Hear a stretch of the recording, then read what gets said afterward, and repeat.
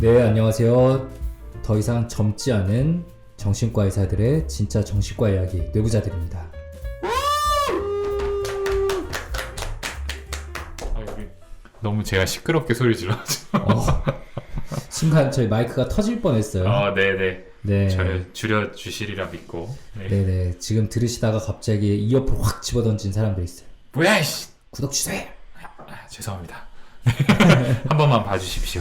네. 저희 짧은 자기소개로 시작을 하죠. 네, 안녕하세요. 정신건강의학과 전문의 허규형입니다. 네, 정신건강의학과 전문의 오동훈입니다. 네, 안녕하세요. 저도 정신건강학과 전문의이자 오늘 사회를 맡게 된 김지용입니다. 네, 오늘은 이제 또 언택트 시간이죠. 언택트, 저희한테 사연을 보내주신 분들의 사연을 가지고 저희가 좀 자유롭게 이야기를 나눠보고 그 중에 키워드 하나를 뽑아서 또 키워드 토크를 해보고 네, 이런 시간인데요. 자, 시작하기 앞서서 또 설레는 시간이죠. 그동안 또 얼마나 많은 분들께서 저희 뇌부자들 팟캐스트를 듣고 피드백을 남겨주셨나 확인하는 시간입니다. 먼저 저희 중에 유일하게 아이패드를 가지고 있는 부르주아 오 박사님, 네. 새로 남은 댓글 어떤 게 있나요? 네. 언택트 코너에 이제 12월 1일에 달아주신 댓글이 하나 있어서 있어요. 소개해드리려고 합니다. 네. 네. 오늘은 12월 23일? 그렇지, 23일. 3주 전에 달아주셨네요. 네, 라리게님께서 네. 달아주셨습니다. 매주 금요일만 기다려요 라는 제목의 댓글인데요. 리뷰자들 컨택트, 언택트 다 좋아하지만 옛날 생각나서 그런가? 컨택트 회차를 1g 정도 더 기다리게 되네요. 네, 언택트 코너에 달아주셨지만 최애는 컨택트다 라고 밝혀주셨습니다. 다른 리치님들도 각자 더 선호하는 프로그램이 있으시겠죠? 일하는 틈틈이 이동을 많이 해야 하는 직업인데 일 문제로 조금 초조할 때 들으면 마음이 안정이 돼요. 잠 안 올 때도 듣게 되고요. 마음 같아선 주 3회 정도 올려달라 부탁드리고 싶지만 그건 곤란하겠죠? 라고. 맞다. 그 주 3회 막 얘기를 들으면서 제작비가 있으면 하죠 라는 말도 안 되는 생각이 잠깐 머릿속에 떠올랐는데 제가 그 정신여고 나갔다 왔잖아요. 네네. 거기는 제작비가 있어요. 일단은 그 보건복지부와 국립정신건강센터에서 지원이 있고요. 그런 일종의 공영 프로그램이고 그 박재영 선생님께서 JYP 그 예명 선생님께서 또 진행하시는 그 북 팟캐스트가 있거든요. 거기는 일정 금액을 펀딩을 달아놓고 책걸상 이런 프로그램인데 그만큼 모집이 되면은 1년치 프로그램 제작이 들어가요. 그러니까 들으시는 분들께서 후원 금액을 펀딩을 해서 진짜 꽤 큰 액수를 모아주시면 하더라고요. 그래서 와 진짜 대단하다 라는 생각이 들었지만 역시 저희가 그럴 순 없을 거고 돈이 없어서 못하는 건 아니니까. 네, 그렇죠. 네. 저희가 주 3회를 하는 방법은 오늘 한 걸 20분씩 끊어서 올리는 방법이겠죠. 저희 주 7회 올릴 수도 있어요. 다른 팟캐스트처럼 10분씩으로 나눠서 올리면 주 7회. 그렇죠. 그러니까 10분 갑자기 하다 툭 끊기면서 내일. 근데 예전에 저희 주 2회 팟캐스트 올렸었잖아요. 그랬었나요? 처음 시작할 때 정비소랑 그때 얘 왜 이러는 걸까요 할 때는 그때는 아예 1부, 2부 나눠서 준비를 했었죠. 그랬던 것 같아요. 우리 대단했다. 그러니까요. 우리 유튜브도 주 2회에 올린 적 있어요. 맞아요. 처음에 주 2회를 쭉 했었죠. 우리 대단했다. 대박입니다, 저희. 왜 자화자찬 갑자기 이사회 끝났네요. 네, 아무튼 전 자주 올려드리고 싶은데 이게 또 유튜브랑 같이 병행하다 보니까 조금 어려울 수 있는 거. 그리고 진짜 저희 팟캐스트만의 맛이 있다고 생각합니다. 분명히 1시간 정도 좀 깊은 대화를 나누는 곳은 또 저희 말고 찾아보기 힘들지 않을까. 좋은 댓글 남겨주셔서 감사하고요. 그러면 다음에 오디오 클립을 담당하신 허기영 선생님 댓글 어떤 게 있나요? 네, 언택트에 달아주신 그 댓글 읽어보겠습니다. 서린님께서요. 예전 주치의 선생님 말씀이 생각났어요. 모든 감정은 옳다라는 사연자분의 부정적인 감정에 자책하지 않으시길 바래요 라고 달아주셨습니다. 사연자분께 이 말씀 잘 전달이 됐으면 좋겠네요. 네. 그리고 저는 또 그냥 한번 오랜만에 뇌부자들 팟캐스트로 좀 검색을 했더니 어떤 분께서 블로그에 말에 맥락이 없는 유학생님께서 저희 뇌부자들 언택트를 추천해 주셨어요. 그렇군요. 네.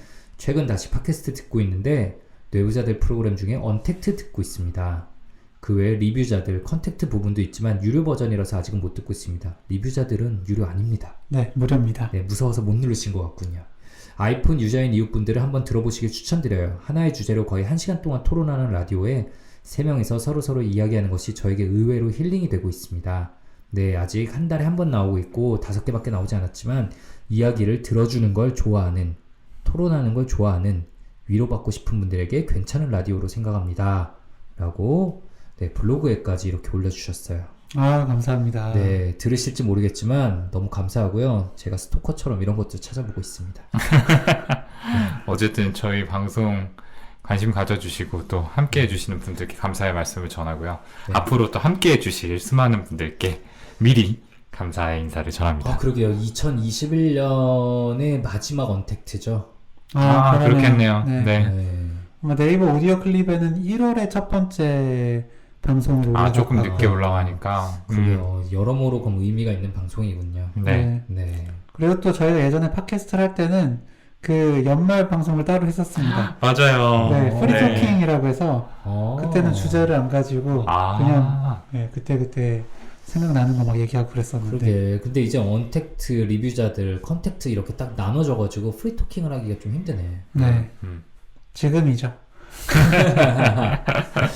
계획을 네. 세워보죠. 맞아요. 그리고 또 옛날 프리토킹이 조회수가 잘 안 나오긴 했어요. 그렇긴 하더라. 네.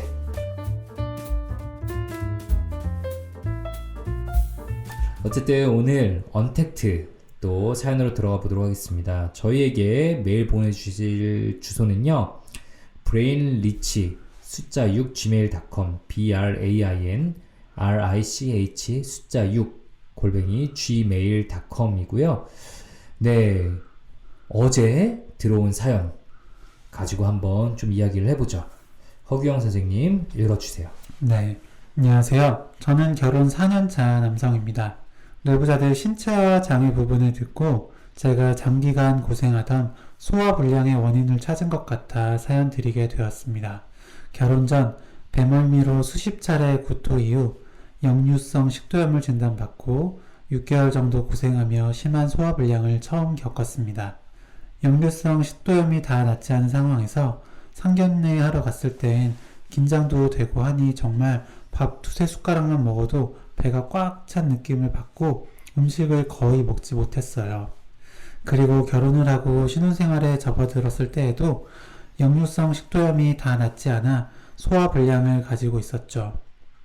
그래서 와이프가 차려준 밥을 많이 먹지 못했고 와이프는 열심히 차려준 걸 잘 먹지 못해 기분이 상했는지 저보고 좀 잘 먹던가 아니면 미리 말해서 밥을 하지 말라고 해 라고 하였죠. 어떤 때에는 내가 몸이 안 받아줘서 못 먹는데 어쩌라고 하며 크게 싸운 적도 있었고요. 그리고 혹시나 또 소화불량이 심하게 와서 잘 먹지 못하면 어쩌지 하는 생각을 하게 되었습니다. 이런 상황이 몇 차례 반복되니 그냥 싸울 바엔 억지로 먹기도 하고 식도염은 완치되었는데도 식도염이 있었던 것처럼 항상 소화불량이 당연한 거라고 살고 있어요. 그리고 와이프가 임신하여 친정에 한 달간 가 있었는데 그때는 이상하게도 속이 편하고 소화도 잘 됐어요. 요즘엔 병식이 생겼는지 식전부터 위가 경직되어 단단하게 변하는 느낌을 느끼고 식후 혼자 편안한 시간을 보내면 위가 편안해지는 느낌을 받습니다. 밥을 한 끼 차리는 게 힘든 건 저도 알지만 제가 듣고 싶은 말은 속이 안 받으면 먹고 싶은 만큼만 먹어 인데요. 반대로 공격적인 태도를 보이니 같이 하는 식사라는 상황이 제 뇌는 긴장이나 불안 상태라고 느끼는 것 같습니다. 지금 생각은 임신과 육아 스트레스 이후에 여유가 찾아오면 괜찮아지겠지 하고 그냥 살고 있습니다. 시간이 지나면 몸이 적응하려나 싶기도 하고요. 소화불량 그리고 속의 좀 불편함으로 계속 고생하시는 결혼 4년차 남성분의 사연을 받아봤습니다. 아유, 고생하고 계시네요. 진짜. 그러니까요. 안타까운 마음이 큽니다. 특히 아내분이 한 달간 친정에 가 있었는데 그때 증상이 많이 괜찮아졌다라는 분도 뭔가 조금 짠하기도 하고요. 네. 예. 네. 어. 과거 생각이 좀 났어요? 아니요. 그렇지는 않습니다. 네. 그러니까 참 아내분도 속상하고, 네. 음. 남편분도 힘드시고, 네. 서로가 참 고생이시다. 네.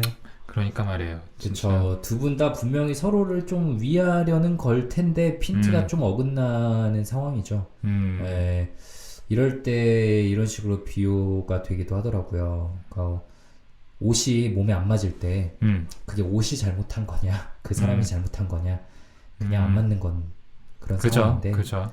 네, 지금 그냥 그런 상황 아닐까 라는 생각이 들고요.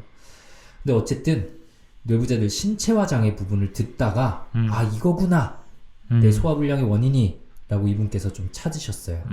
그렇다면은 이제 저희 뇌부자들의 오랜 청취자분들께서는 그렇지 라면서 머릿속에 신체화 장애가 어떤 건지 싹 떠오르시겠지만 신체화 장애? 그게 뭐야? 이런 상황이 스트레스가 식욕하고 소화불량하고 어떤 관계야? 라고 궁금하신 분들도 계실 것 같아요. 그래서 제가 이럴 때 항상 누구한테 여쭤보는지 알죠? 오동훈 교수님. 그렇죠. 그렇군요. 우리 네. 오 박사님께서 네. 설명을 해주시겠습니다. 네, 신체 증상 장애 조금 말씀을 드려볼게요. 이전에는 이제 반복적으로 나오는 신체화 장애라는 이름으로 또 표현이 되기도 했었던 병인데요. 신체형 장애도 있었죠. 그렇죠. 신체형, 네, undifferentiated somatopome disorder. 네. 달리 분류되지 않은 기타 신체형 장애. 네, 네, 이런 이런 것도 이름들로 있었고요. 불렸는데 영어로는 이제 소마틱 심텀 디소더, 우리말로는 신체 증상 장애라는 말로 지금 DSM-5로 넘어오면서 통합이 된 진단명입니다. 이 병은 하나 이상의 신체 증상이 있으면서 이와 연관된 어떤 과도한 생각이나 느낌, 행동들을 보이게 되고요. 이로 인해서 일상생활에 지장을 많이 받는 병입니다. 이 신체 증상에 대한 생각에 종일 사로잡혀서 심하게 불안해하는 경우들도 있고요. 이 증상의 원인을 찾기 위해서 굉장히 좀 많은 시간이나 돈, 에너지를 소모를 해서 여러 가지 병원들을 다니면서 검사를 받는 모습을 보이기도 하는 그런 병입니다. 근데 이게 신체 증상 장애가 그 진단 기준이 바뀌면서 굉장히 진단을 하기가 꽤 쉬워졌어요. 네, 옛날에는 신체화 장애, 신체형 장애, 막 그 건강염려증 이런 것들 다 구분하느라 되게 힘들었는데. 네, 지금은 신체 증상 장애랑 질병 불안 장애 요렇게만 나뉘어서 그리고 예전에 특히 좀 많이 바뀐 게 예전에는 막 검사를 해서 뭐가 실제로 나왔다 하면은 그 진단을 못 했거든요. 근데 요즘에는 검사를 해서 뭐가 나왔다 하더라도 그것 때문에 굉장히 과도하게 그치. 걱정하게 불안하고 맞아요. 일상생활에 지장이 생기면 진단을 할 수 있게 좀 바뀌었습니다. 네. 근데 아마 들으시는 분들 중에서는 병이 있으면 걱정되는 건 당연한 거 아니야? 그게 어느 정도일 때 이런 또 병을 붙이는 거지? 정신과에서 괜히 또 막 질환들 만들어낸 거 아닌가? 이런 생각이 드시는 분들도 있을 것 같아요. 한번 머릿속에 떠오르는 이런 증상을 가진 분들이 있으셨다. 좀 얘기해보면 어떨까요? 네, 이제 실제로 몸에 병이 있는지 없는지가 진단에 있어서 덜 중요해졌다고 하지만 제가 생각하는 이런 신체 증상 장애 환자분들은 사실 이제 어떤 특정 부위에 증상이 있음에도 여러 가지 검사를 했는데 뚜렷한 원인을 찾지 못한 경우가 좀 대부분이었던 것 같아요. 네, 그러니까 뭐 오랜 기간 소화불량에 시달렸는데 아무리 내시경 검사를 해도 특별 이상은 없다라는 얘기를 듣고 만성적인 두통에 시달렸는데 뇌 MRI, CT 다 찍어봤는데 특별한 이상이 없다라는 얘기들을 하시는 경우가 많았던 것 같고요. 허경 선생님은 좀 생각나시는 환자분 어떤 케이스가 있을까요? 얼마나 그거에 좀 꽂혀 있는지, 일상생활이 얼마나 지장받는지. 그러니까 이게 굉장히 그 증상의 심각도가 다르긴 한데요. 네. 뭐 아주 심하지는 않으셨던 분이 지금은 일단 떠오르는데 일단 그 비슷하게 소화가 안 되세요. 네, 소화가 안 되고 변이 제대로 나오지 않으면 그게 굉장히 신경이 쓰이시는 거예요. 네, 그래서 처음에는 이게 뭐 대장암이나 뭐 어떤 진짜 큰 병이 있어서 그런 게 아닌가? 라는 생각에 검사를 받으셨고 이상은 없었는데 이상이 없다는 걸 알아도 잠깐 안심이 될 뿐 계속해서 이게 걱정이 되시는 거죠. 변이 제대로 나오지 않을 때마다. 네. 그래서 엄청 스트레스를 받으시다가 오셔서 이제 약도 드시고 많이 편안해지셨었거든요. 근데 많이 좋아지던 찰나에 코로나가 터진 거죠. 네, 그러면서 그때부터는 호흡기 질환, 코로나, 네, 이런 거에 신경을 굉장히 쓰시고 신경을 쓰다 보니까 그렇게 마치 이런 과혹 같은 게 오잖아요. 그러니까 진짜로 뭐가 왔구나 라는 생각에 또 검사 받으시고 네, 이런 하나의 네, 처음에는 이런 소화기관 쪽 증상으로 시작을 했다가 이후에 호흡기 쪽까지 같이 걱정을 하셨던 그런 분이 한번 떠오르네요. 네. 저는 뵌지 이제 10년도 넘었는데요. 그분이 아직까지도 너무 생생하게 기억나는 게 다리에 이상 감각이 생겼어요. 다리에 이상한 감각이 생겨서 너무 그분이 거기에 꽂힌 거예요. 그래가지고 뭐 온갖 검사를 다 하고 치료를 다 해도 안 좋아지니까 너무 답답해서 그분이 다리를 잘라야겠다고 마음을 먹었어요. 그래가지고 자살 시도를 이렇게 좀 하려다가 극단적인 시도를 하다가 결국은 그때 폐쇄병동에 입원을 했었고, 근데 너무 심한 거예요. 일단은 그 사고 과정이 사실 잘 흐름이 이해가 안 되잖아요. 진짜 다리를 잘라야 되겠다 정도로 증상이 아주 심한 것도 아니었거든요. 그러니까 막 너무 아프거나 이런 것도 아니야. 근데 이상한 감각을 못 견뎌서 잘라야겠다. 그리고 표정은 항상 이렇게 찌푸리고 굳어 있었어요. 네, 그래가지고 그때 보시던, 저는 전공이었고 보시던 교수님께서 이거는 분명히 조현병으로 가고 있는 와중에 틀림없다. 혹은 이미 진행됐거나 환청과 망상이 없어도 이거는 심플 스키조프레니아 일 가능성이 높다. 그러니까 사고 과정이 일반적이지 않다라는 그리고 거죠. 표정도 너무 굳어 있으니까. 그래서 그런 추측하에 우리가 항상시병 약물을 막 썼는데도 하나도 안 좋아져가지고 마지막에 혹시 이게 신체화 장애인가? 그때 의심해가지고 마지막에 항우울제로 바꿨더니 갑자기 금방 바로 좋아지신 거예요. 그래가지고 갑자기 그분의 그 굳어있던 얼굴 표정도 풀리면서 갑자기 웃기 시작하고 되게 기적적인 변화를 봤던 기억이 나는데 네, 이게 참 들으시면은 와 그럴 수도 있구나. 아마 지금 저희가 얘기한 케이스들 들으면서 이런 이상한 병은 또 그럼 왜 생기는 걸까? 뭐가 문제일까에 대해서 좀 궁금해 하시는 분들도 계실 것 같아요. 그래서 우리 오 박사님께서 또 한번 왜 자꾸 이 병이 왜 생기는지 네, 좀 뇌과학적으로 설명을 잘 해주실 거라고 믿어 의심치 않습니다. 뇌과학적으로요? 사실 대부분의 정신질환이 그렇듯이 뭔가 한 가지 단일 원인으로 설명하기는 좀 어려운 것 같아요. 생물학적인 원인이 작용되는 부분도 있고 이제 신체화라고 하는 좀 방어기제, 심리적인 요인이 좀 작용하는 부분들도 분명히 있는 것 같습니다. 근데 이제 생물학적인 원인 부분들을 조금 말씀을 드리면요. 일단 공존질환으로 우울장애나 불안장애를 갖는 비율이 매우 높다고 알려져 있어요. 어떤 연구에 따라서 좀 차이는 있지만 한 80% 정도의 환자들이 이 우울 증상을 보이기도 했다라는 이야기가 있습니다. 그래서 이 우울이나 불안에서 보여지는 어떤 뇌 생물학적인 변화들, 그러니까 뇌의 신경전달 물질이라고 하는 호르몬의 변화들이 이 신체화 장애, 이 신체 증상 장애에서 동일하게 나타날 것이다라고 보는 이론들이 있습니다. 그러니까 저희가 누차 말씀드렸던 세로토닌이나 노어에피네프린 같은 물질의 어떤 불균형이 영향을 준다라고 알려져 있고요. 방금 임종수 선생님이 얘기한 것처럼 이제 그렇게 세로토닌과 노어에피네프린에 작용하는 이제 어떤 항우울제들을 사용을 하게 되면 효과가 있는 것도 이런 이론에 근거해서 설명을 할 수 있을 것 같아요. 네, 허경 선생님 또 좀 추가적인 설명해 주시면요. 저는 설명을 드릴 때 어떤 뭐 청각과민증 이런 것처럼 통증이라는 어떤 하나의 감각 혹은 아까 얘기했던 뭔가 간질간질하다든지 이런 느낌이 뇌에 일단 딱 들어오잖아요. 근데 그게 필터링도 잘 안 되고 그걸 이제 전두엽이나 이런 쪽에서 잘 처리를 해줘야 되는데 그게 처리가 안 되는 거죠. 그 신체 감각을 과도하게 증폭해서 느끼거나 좀 왜곡해서 느끼거나 네. 그리고 처리가 안 되니까 이게 더 힘들어지고 그 힘든 감각을 다시 한번 느끼고 이런 어떤 악순환의 고리 때문에 결국 불안이나 걱정이 더 커지고 이게 일상생활에 지장을 준다. 네, 좀 이렇게 설명을 드립니다. 네, 저도 진료실에서 비슷하게 설명드리는데 그러니까 이게 오동원 선생님이 얘기한 세로토닌, 노르에피네프린 같은 호르몬 그리고 또 스트레스 호르몬인 코르티졸하고도 되게 연관이 있다고 해요. 이런 분들은 대부분 스트레스 상황하고 증상 발생이 좀 연관이 있고요. 스트레스 호르몬인 코르티졸이 과도하게 올라가면 뇌에서 신체 감각을 인식하는 기능이 좀 차단되기도 한다고 해요. 그래서 다리 감각이 안 느껴지거나 뭐 실제 음. 기능이 마비가 되거나 예, 이상하게 느끼게 되는 거죠. 그리고 양쪽 대뇌반구 연결이 막 좀 연결성이 떨어지는 그런 연구 결과들이 나오기도 하고요. 그래서 스트레스 상황에서 벗어나면은 분명히 또 좋아지는 이런 연관성을 보통은 보입니다.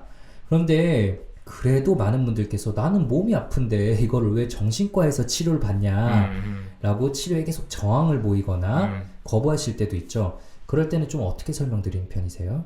글쎄요. 이제 대부분은 사실은 이제 탁과를 거쳐오시는 경우가 많았던 것 같기는 해요. 내과나 뭐 통증의학과나 뭐 정형외과나 등등 과에서 충분히 검사를 하시고 뭔가 납득할 만한 설명을 듣지 못하신 상태에서 이제 오시는 경우가 많았던 것 같기는 한데 만약 그렇지 않다라고 한다면은 아까 잠깐 말씀드렸던 그 신체화라는 방어 기제를 이용을 해서 말씀을 드리게 되는 것 같습니다.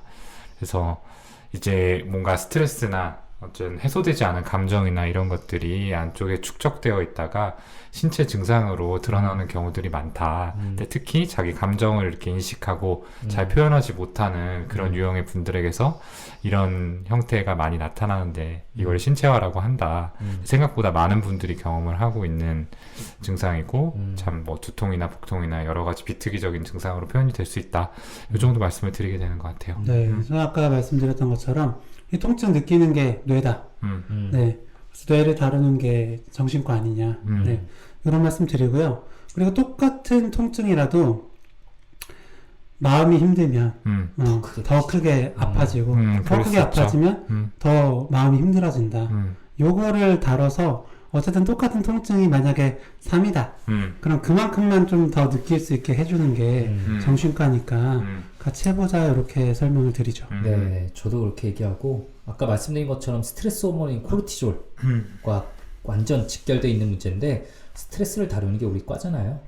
네, 그러니까 결국은 스트레스 받고 코르티졸이 나오고 그러면 우리 몸은 위험한 상황이라고 느끼고 그러면 자율신경계 중에 교감신경이 올라가죠. 부교감신경은 떨어지고 균형이 깨지는데 이런 자율신경계, 교감신경, 부교감신경은 우리 전신에 연결되어 있기 때문에 다양하게 이제 증상이 나올 수 있는 거예요. 통증, 그리고 뭐 소화불량, 그리고 신체 이상 감각 등등 전신에서 증상이 가능한데 어쨌든 뇌를 다루는 우리 과가 봐야 된다라고 말씀을 드린 편이고요. 특히나 요즘은 정형외과나 신경외과, 통증 클리닉 같은 곳에서도 항우울제를 엄청나게 처방을 하고 있기 때문에 그게 저희에게도 일종의 근거처럼 더 자신있게 말씀드릴 수 있는 거기는 해요. 맞아요. 네. 그 SNRI라고 해서 세로토닌이랑 그 노르에피네프린 네, 그거를 조절하는 항우울제를 진짜 그런 통증, 네, 정형외과 이런 쪽에서 많이 씁니다. 제 신경외과 친구 한 명이 저한테 그거를 좀 설명을 좀 진지하게 물어보고 약 조합을 들은 이후로 그 지역에서 자기가 명의로 자리 잡았다고 고생하시는 분들께 정말 많이 처방했는데 정말 많이 좋아지더라고. 예, 그래서 너무 고맙다라고 이렇게 저한테 기프티콘을 보내오고 이런 적이 있었는데 예, 생각보다 직결돼 있습니다. 네, 그래서 저희가 이분의 사연에서 이제 신체화 장애가 어떤 건지, 신체 증상 장애가 어떤 건지에 대해서 저희가 좀 길게 얘기를 해봤는데요. 이제 본격적으로 이분의 사연에 좀 집중을 해볼까요? 저희가 많이 돌아오긴 했어요. 네. 일단은 이제 소화불량이라고 하는 진단이 있으시고 이전에는 역류성 식도염을 진단받고 고생하신 경험이 있는데 현재는 뭔가 다 나았는데도 이런 증상들을 가지고 있다라는 거죠. 그리고 이제 뭔가 중요한 포인트는 아까 처음에 말씀드린 것처럼 평상시에 이런 증상이 항상 있어서 아 나는 뭐 이런 걸 달고 사는 사람이다 이렇게 생각을 했는데 아내분이 친정에 가 있는 동안에는 뭔가 속도 편하고 소화가 잘 됐다 네 이런 얘기를 들어봤을 때 말씀대로 이게 좀 어떤 심리적인 요인이 작용을 하는 신체 증상 장애가 아닐까라고 생각을 해봅니다. 네. 네. 아마 역류성 식도염 자체는 그때 수십 차례 구토를 하시니까 그것 때문에 이 식도 부분이 자극이 돼서 네, 그때 생기셨던 것 같고 소화불량 자체는 굉장히 이런 스트레스 반응으로 인해서 생기셨던 것 같아요. 그 스트레스 호르몬이 나오면 교감신경이라는 게 활성화되고 교감신경 활성화되면 거의 이런 혈류들이 심장이랑 펌프질을 하면서 뇌나 큰 근육들로 가지 음. 장기로는 안 가고 장으로는 안 가거든요. 맞서 싸우거나 도망칠 준비를 해야 되는 상황이에요. 네. 위험하니까. 그러니까 장이 거의 멈추거든요. 음. 그래서 소화가 안 되고, 네, 막 설사했다, 변비했다 이렇게 막 바뀌게 되는 그런 경우들이 흔합니다. 예를 들어서 누가 내 앞에서 칼을 들고 나를 공격하려고 하는데 밥이 넘어가겠어요? 맞아요. 그래서 네. 이제 교감신경은 보통 이제 근육이 수축하는 쪽으로 작용을 하게 되는데, 그건 이제 골격근, 우리가 이제 운동 기능을 수행하는데 중요한 이 골격근들에는 해당이 되는 얘기지만, 평활근이라고 해서 이 장기에 위치한 근육들은 정반대입니다. 이거는 이제 교감신경이 아니라 부교감신경이 좀 우세한 상황에서 네. 이 운동이 항진되는 그런 결과를 낳게 되는 거죠. 네. 이분이 이제 내가 듣고 싶은 말은 속이 안 받으면 먹고 싶은 만큼만 먹어. 근데 반대로 공격적인 태도를 보이니라고 얘기를 하셨어요. 말 그대로 공격받고 있다고 생각하는 거거든요. 그러니까 정말 마음 아픈 얘기지만 앞에 아내분과 밥을 먹을 때 이분은 나를 공격하는 사람과 밥을 먹는 거라고 느끼는 거예요. 그러니까 상시 긴장돼 있을 수밖에 네, 없고 뭔가 그쵸. 위협받는 느낌을 받으실 네. 수밖에 없는 거죠. 그러니까 그게 분명히 그런 상황이 아니란 걸 머리로 아는데 뇌는 어쨌든 위험한 상황이야 라고 위험한 불안 신호를 내보내는 거고, 그러니까 우리 몸에서는 교감신경이 훅 올라가는 거고, 그러니 이분은 소화가 될 수 없는 겁니다. 내 앞에 무서운 선생님, 무서운 직장 상사, 혹은 뭐 야생동물이 나를 공격하려고 할 때 먹는 상황이라고 생각하면 네. 바로 입장이 되겠죠. 네, 네. 네. 아, 쉽지 않네요. 네. 근데 원체 사실 좀 불안이 높으셨던 분 같기도 해요. 예전에 이제 처음에 상견례 할 때 모습을 적어주신 걸 보면, 물론 이제 이때 역류성 식도염이 있기도 하셨지만 긴장이 되고 하니까 정말 밥 두세 숟가락만 먹어도 배가 꽉 찬 느낌을 받고 음식을 거의 먹지 못했다라고 하셨죠. 상견례 때 기억나세요? 네, 기억납니다. 네, 좀 어떠셨어요? 저는 아직도 생생한 게 저희 조카가 왔어요. 3살 정도도 안 됐던 조카가 와서 걔가 모든 어텐션을 다 가져가 줬던 기억이 납니다. 그래도 좋은 방법인데? 좋은 역할 해줬네요. 너무 귀엽고 가만히 있질 못하니까 화기애애하겠네요. 자동적으로. 계속 웃고 장인 장모님께서도 다 아이 귀엽다고 다행이다. 난 조용히 밥을 먹어야지. 허경 선생님은 어떠셨어요?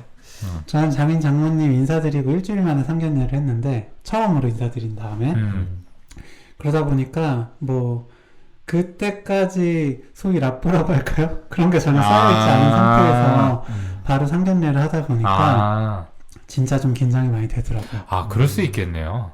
상황의 차이가 좀 있을 수 있겠구나. 네. 저는 그 전에 여러 번 뵙긴 했거든요. 그죠. 저도 그랬거든요. 한 뭐 두세 번은 못해도 뵙고 식사를 한 상태여서 사실 그렇게 막 긴장이 많이 되지는 않았던 것 같아요. 그래서 설마 허경 선생님도 두세 숟가락 먹고 내려놨나요?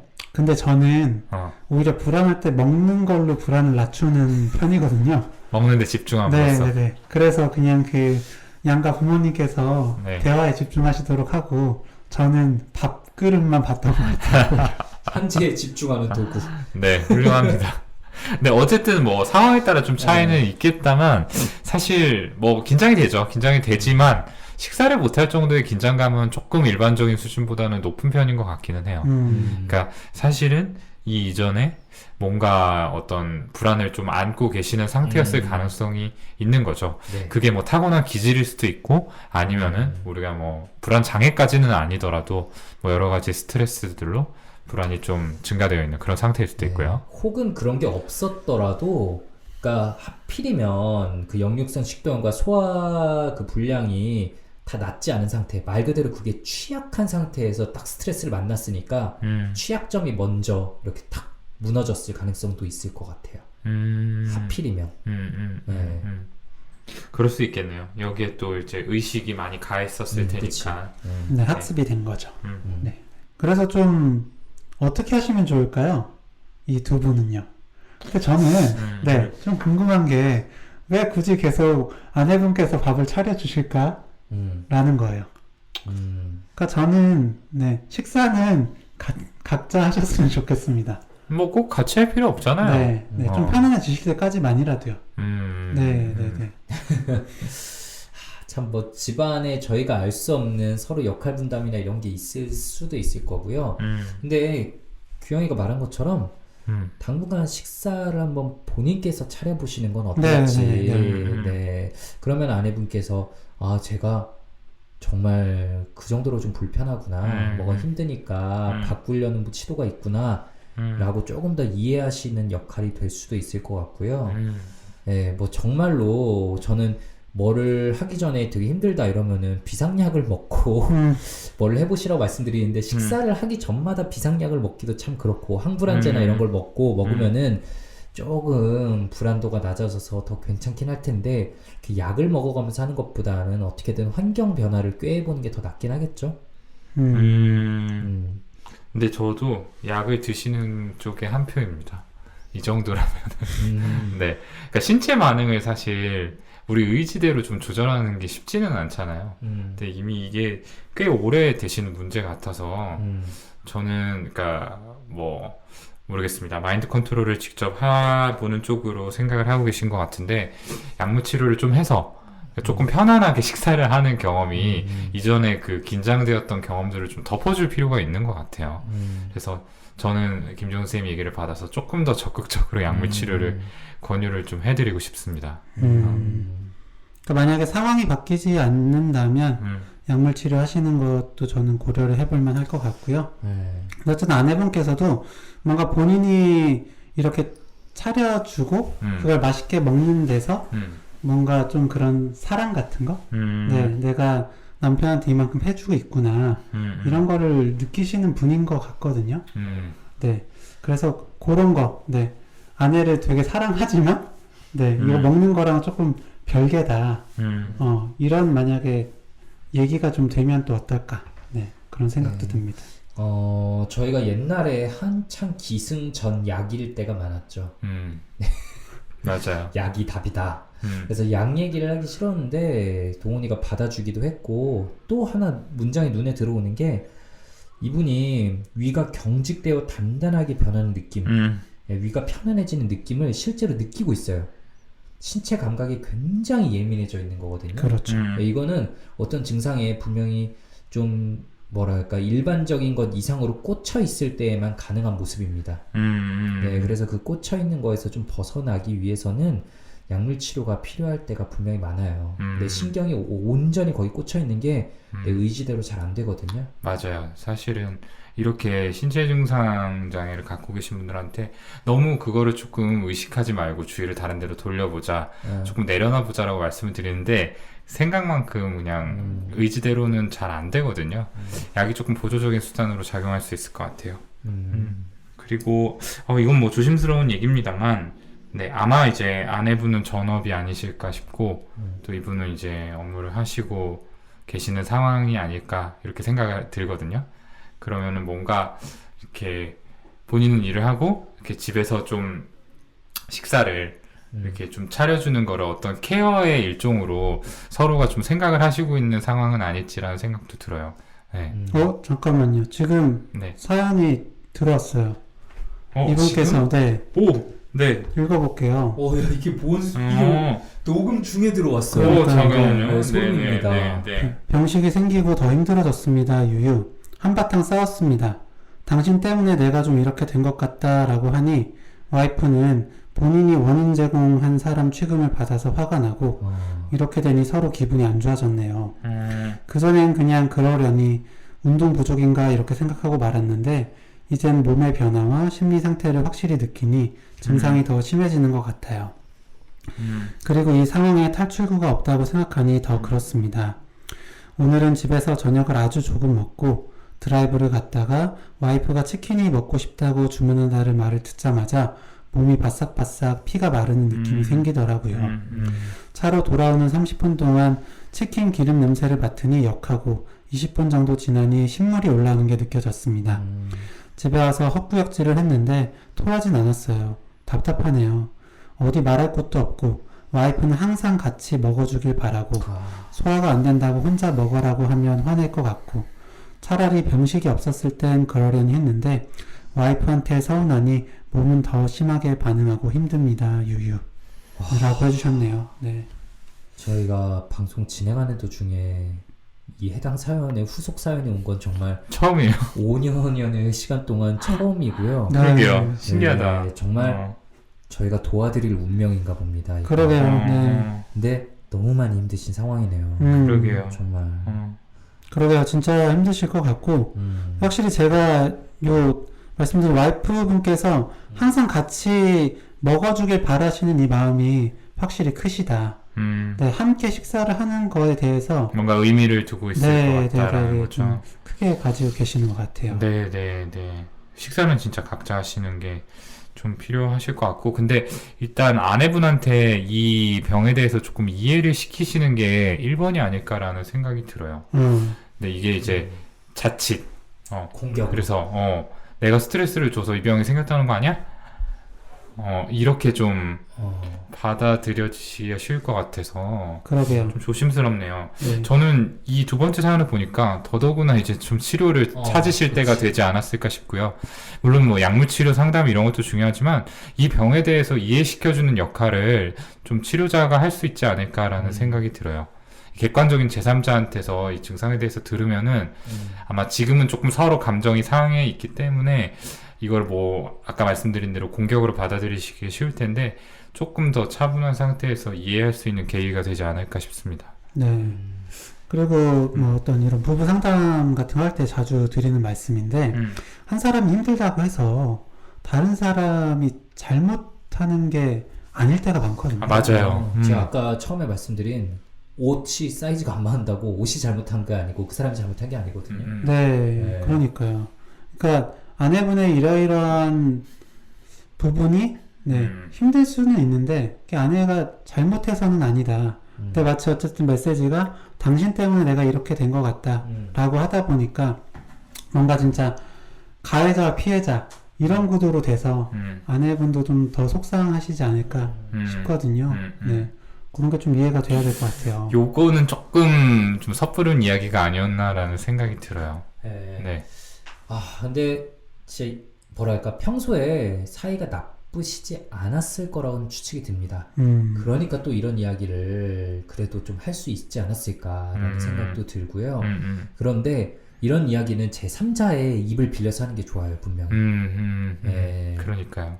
그러니까 전문가. 네. 딱 공격당한다는 느낌이 안 들도록 맞아요. 이런 얘기를 많이 전달해 본 사람. 그리고 그냥 누구의 잘못이 아니라 그냥 이러이러한 상태다 라고 말해줄 수 있는 사람이 필요한 거죠. 어쨌든 이거 치킨 먹고 싶고 생각한다는 말을 듣자마자 몸이 바짝바짝 피가 마르는 느낌. 너무 힘드실 것 같거든요. 진짜. 네. 이전에 이런 증상 없으셨을 거잖아요. 이대로 쭉 가시는 건 너무 힘드실 거고요. 이걸 방치하면은 악순환일 것 같아요. 이렇게 힘든 경험이 또 먹는 거에 대한 두려움이 생기고, 그것 때문에 더 못 드시고, 또 그 경험이 한 번 더 쌓여가지고 더 먹기 어렵게 만들고.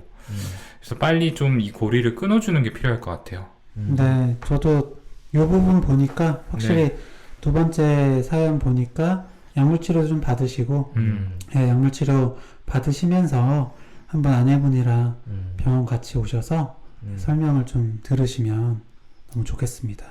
아이고, 진짜 너무 고생이 많으시고요.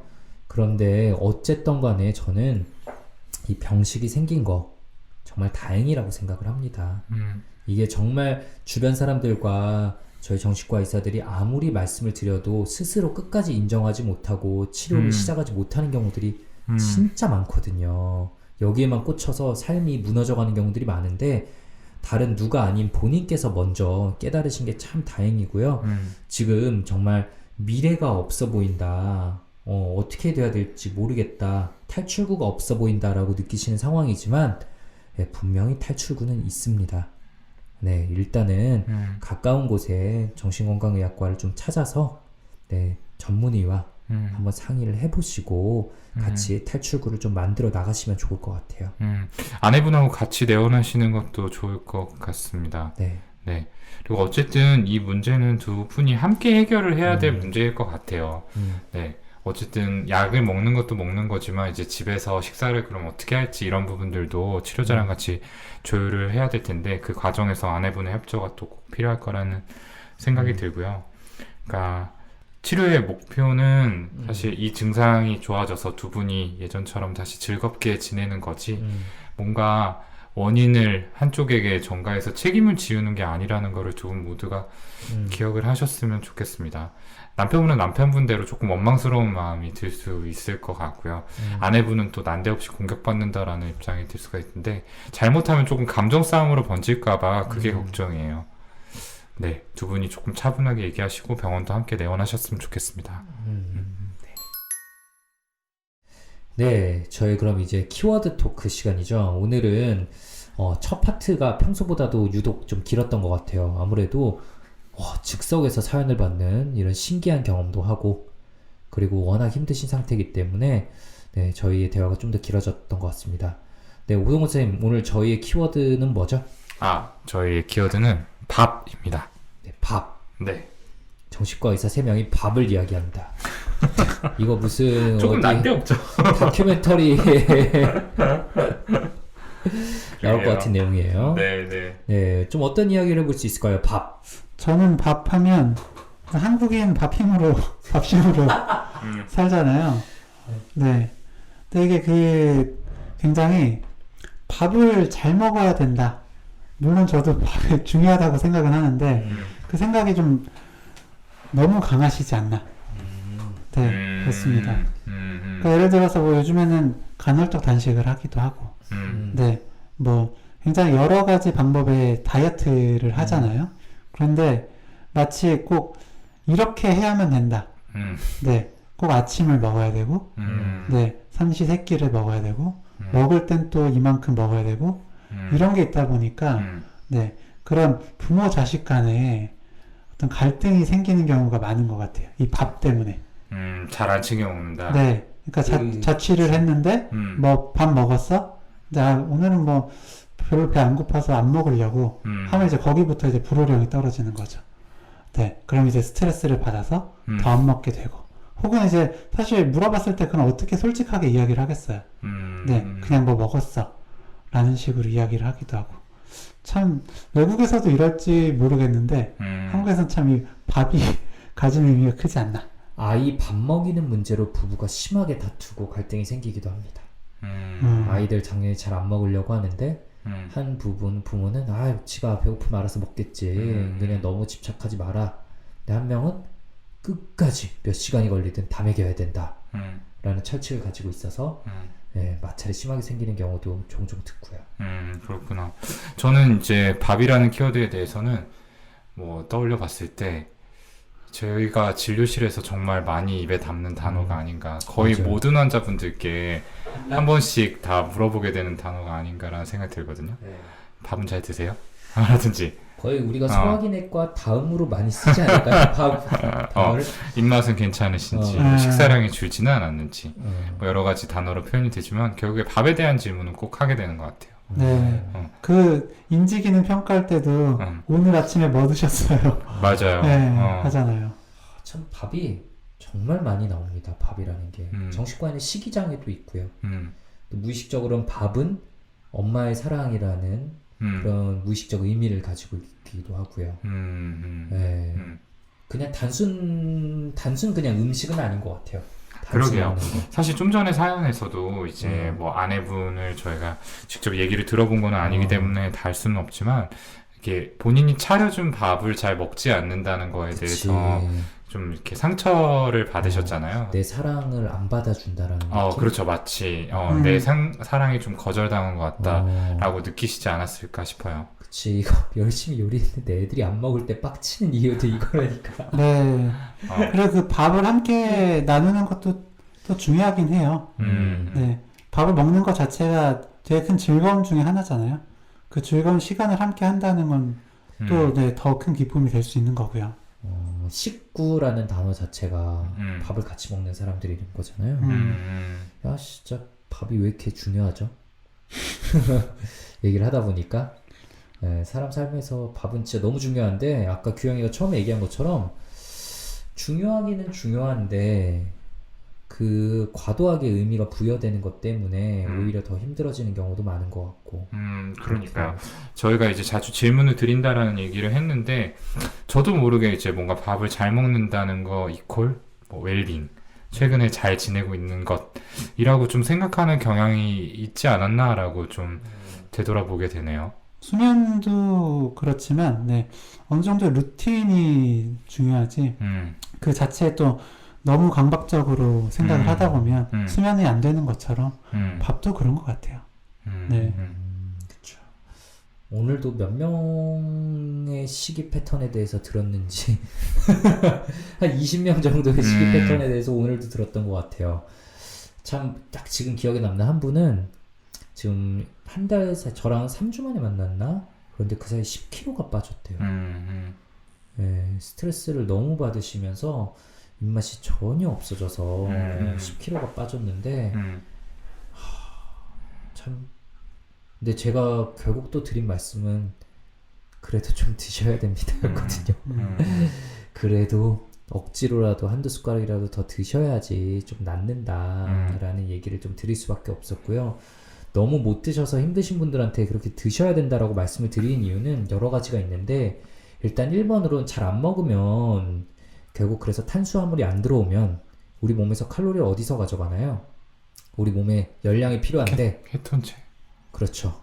케톤체에서 쓰기 네. 시작하죠. 포도당이 부족해지면 이제 우리 간과 근육에 저장돼 있는 글리코겐을 분해해서 우리 에너지원으로 사용을 하게 되고, 이 글리코겐마저 다 쓰면 지방을 이제 분해해서 에너지원을 만드는데, 그때 부산물인 케톤이 나옵니다. 그러니까 지방이 평소에는 에너지원으로 잘 안 쓰는데 비정상적인 대사가 이루어지면 케톤이 부산물로 생기는 거고, 아 그럼 살 빠지니까 좋아하는 거 아니야? 라고 생각될 수 있지만, 이 케톤이 많이 나오게 되면은 이제 좀 머리가 뿌옇고 네, 잘 안 돌아가고 기억력 떨어진 것 같은 그런 증상들을 경험하시게 돼요. 그래서 우울증이 생겼을 때 기억력이 좀 떨어졌다, 머리가 뿌옇다라고 얘기하신 것 중에 사실 상당 부분은 잘 안 드셔서 그런 경우도 있다고 볼 수 있습니다. 네, 그리고 또 가끔씩 말씀드리는 게, 결국 우리가 항우울제를 쓰면은 거기에 세로토닌이나 노르에피네프린이 들어있냐? 그게 아니거든요. 그건 일단 뇌에서 분비된 거를 높게 유지시켜주는 거지, 결국은 그 세로토닌과 노르에피네프린 이런 것들에 어디서 오냐? 먹는 거에서 그 원재료가 들어있고요. 네, 그래서 드셔야만 좀 회복이 될 수 있는 것도 사실입니다. 네, 그렇죠. 그리고 조던 피터슨 영상을 또 제가 좀 종종 보는데, 예민한 사람들을 위해서 이렇게 해라. 네, 예민한 사람들이 이렇게 해라. 이런 거 있거든요. 근데 거기 보면 아침 식사를 꼭 해라. 네, 요게 있습니다. 네, 왜요? 그런데 그런 약간 포만감? 네, 그러니까 공복 상태가 더 예민하게 만들기도 하고, 네, 그리고 식사가 이렇게 들어와서, 네, 그런 신경계를 좀 안정시켜 줄 수 있다는 거죠. 저희 둘째는 밥때를 만약 우리가 실수로 놓치면은 집안이 이제 피곤해집니다. 예민하군요. 변신을 해요, 진짜. 변신을 해서 이제 너무 힘든데 그걸 어떻게 또 겨우겨우 먹이면은 이제 식탁에서 쓱 사라지면서 노래 부르고 있어요. 막 딴 데 가가지고. 근데 사실 진짜로 그 포만감과 기분 상태, 그리고 배고픔과 기분 상태가 너무나 직결되기 때문에 조던 피터슨 그 말은 저도 되게 일리 있다는 생각이 들고, 스스로 좀 예민하다, 짜증이 많다라는 분들에게는 조금 더 저도 얘기해 줄 필요가 있겠네요. 네, 그리고 예민하신 그런 분들은 또 식사를 하더라도 규칙적으로 하기가 어려우실 거예요. 네, 그렇기 때문에 규칙적으로 오전에 하루 일과를 식사로 시작한다. 그것도 또 이런 감정 조절 네, 하는데 도움이 될 것 같습니다. 참 저희가 뭐 식사의 의미를 너무 부여한다. 근데 또 중요하다. 막 이렇게 왔다 갔다 하니까 정말 흐름 없는 토크로 가고 있기는 한데, 근데 저는 흐름이 없다는 게 그만큼 밥 자체에 대해서는 정답이 없는 거 아닌가. 네, 나에 맞는 방법으로 네, 적절히 하면 저는 괜찮은 것 같아요. 식사 어떻게 하세요? 네, 잘 챙겨 합니다. 하루 세 끼 다 먹어요? 새끼 다 먹으려고 하죠. 어. 네, 근데 아침 저녁은 그냥 닭가슴살 같은 거 먹고 점심은 그냥 제대로 된 한 끼를 먹고 그렇구나. 그런 식으로. 저는 아침에 애들이 남긴 거 먹고요. 점심에 제대로 먹고요. 저녁에 애들이 남긴 거 먹죠. 아, 이거 되게 불쌍해 보이네. 와이프 들으면 화낼 수도 있는데 저녁 잘 먹어요. 진수성찬을 차려주고요. 그렇구나. 근데 그냥 안 먹을 때도 있고요. 진수성찬으로 먹을 때도 있고 애들이 남긴 거 먹을 때도 있고 다양합니다. 근데 점심에 좀 더 비중을 둘 수밖에 없어요. 왜냐하면 아무래도 오후 진료, 저녁 때까지 이어지는 오후 진료가 빡세니까 그걸 위해서는 에너지가 좀 필요하고, 우리가 가만히 앉아있는 직업이지만 사실은 뇌에서 포도당을, 열량을 제일 많이 쓰잖아요. 맞아요. 네, 그래서 먹어야 됩니다. 그러게요. 저도 먹어야 되는데. 안 그러면 집중을 잘 못해요. 안 먹어요? 근데 저는 원래 초등학교 때부터 아침을 안 먹었거든요. 네. 그래서 아침 먹는 건 습관이 안 돼서 안 먹었고, 코로나 심해지면서는 그때 점심 때 좀 나가기가 그런 거예요. 그래가지고 점심을 안 먹기 시작했어요. 그래서 지금은 아침에 출근하면서 이제 커피 네, 한 잔 크게 해서 마시고 점심은 스킵하고 저녁 때 집에 가서 저녁을 많이 먹어요. 그렇구나. 네. 이런 대표적으로 건강하지 못한 식사. 아니야, 근데 이게 평균이라는 거예요. 저는 간헐적 단식을 한다고 생각하거든요. 네네. 나름대로. 간헐적 단식이라 생각하면 또 괜찮은데, 그치? 네. 그런데 편견이 있는 거긴 해. 그렇죠. 그러니까 뭔가 새끼를 규칙적으로 먹어야 된다라는 게 저희는 항상 좀 박혀 있잖아요. 아까 이제 그런 문화의 탓도 있지만 사실 정신과적으로 봤을 때 식이장애, 뭐 폭식이나 거식증에 있어서 제일 첫 번째 치료 원칙이 일정한 간격으로 식사를 하자거든요. 그래서 하루 3번에 그 3번 식사 사이에는 2번 간식까지 다 하도록 말씀을 드리니까 자연스럽게 이런 생각이 좀 바뀐 것 같기도 합니다. 내가 하루 종일 식사를 안 하고 진료하면 그 감정 컨트롤이 잘 돼? 근데 저는 처음에는 좀 힘든가 싶기도 했었는데, 그게 저 또 작년에 요맘때쯤에 좀 많이 우울했었잖아요. 그때는 진짜 입맛이 없어서 안 먹기도 했거든요. 근데 그게 어쨌든 습관이 되니까 지금 괜찮더라고요.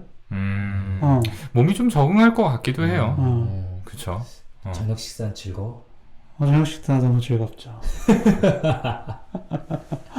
그냥 네, 맛있게 먹습니다. 근데 이제 저도 만약에 조절이 안 된다, 그러니까 저녁에 함께 먹는다든지 이럴 때 조절이 안 된다면 규칙적으로 더 먹어야지 라고 생각을 할 텐데 그냥 나름대로 적응이 된 것 같아서. 그러니까요. 이렇게 균형을 잡고 계신 분한테까지 굳이 뭐 새끼 식사를 해야 된다라고 얘기할 필요는 없을 것 같아요. 잘 살고 있으면.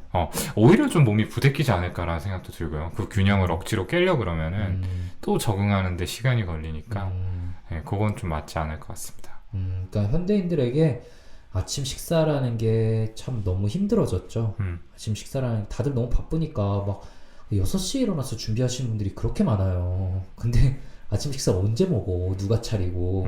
그래서 아마 오늘 들으시는 분들도 내가 안 먹어서 좀 안 좋은 부분이 있다 싶으면요, 예를 들어서 더 예민해진다, 쉽게 짜증이 난다, 아니면 머리가 맑지 않다, 이러신 분들은 간편식으로라도 드시는 거를 좀 추천을 드리고요. 근데 나는 안 먹고 지내고 있었는데 내가 건강하지 못한 식습관 아니야? 라면서 너무 스트레스 받고 있었다. 근데 사실 나 그냥 별 문제 없이 지내고 있는 것 같다. 이러면 이렇게 살아도 되는구나 라고 생각하시는 정도로 저희의 토크를 이해해 주시면 딱 좋을 것 같습니다. 오, 정리 잘한다. 네. 좋았다. 네, 오늘 이틀에 걸쳐서 사연을 주셨고, 네, 저희 방송 도중에 사연이 들어오는 참 놀라운 경험을 하게 해주신 사연자분께 네, 일단 감사와 위로의 말씀을 좀 드리고요. 꼭 가까운 시일 내에 꼭 진료 보시고 더 문제를 키우지 않고 빨리 해결하셨으면 좋겠습니다. 네, 두 분도 혹시 사연자분께 한 번 더 드리고 싶은 말씀이 있다면요? 네, 저도 뭐 비슷한 마음인데요. 일단 너무 고생이 많으시고 어쨌든 이게 두 분의 관계 문제랑 좀 떼놓을 수 없을 것 같아요. 그래서 저는 가능하시다면은 아내분도 같이 내원하셔서 치료 과정에 좀 동참을 해주시면 참 좋겠다라는 생각이 듭니다. 네, 네, 오늘 저희의 토크가 네, 사연자분 그리고 들으신 분들의 식사 그리고 정신건강에 모두 다 도움이 되었으면 좋겠습니다. 저희 언택트 보내실 메일 주소는요, brainrich 숫자 6 gmail.com brainrich 숫자 6 gmail.com이고요. 다음 시간에 또 다른 분의 사연에 대해서 유익하고 도움이 될 수 있는 정보 가지고 찾아뵙도록 하겠습니다. 감사합니다. 감사합니다. 연말연시 잘 보내세요. 잘 보내세요.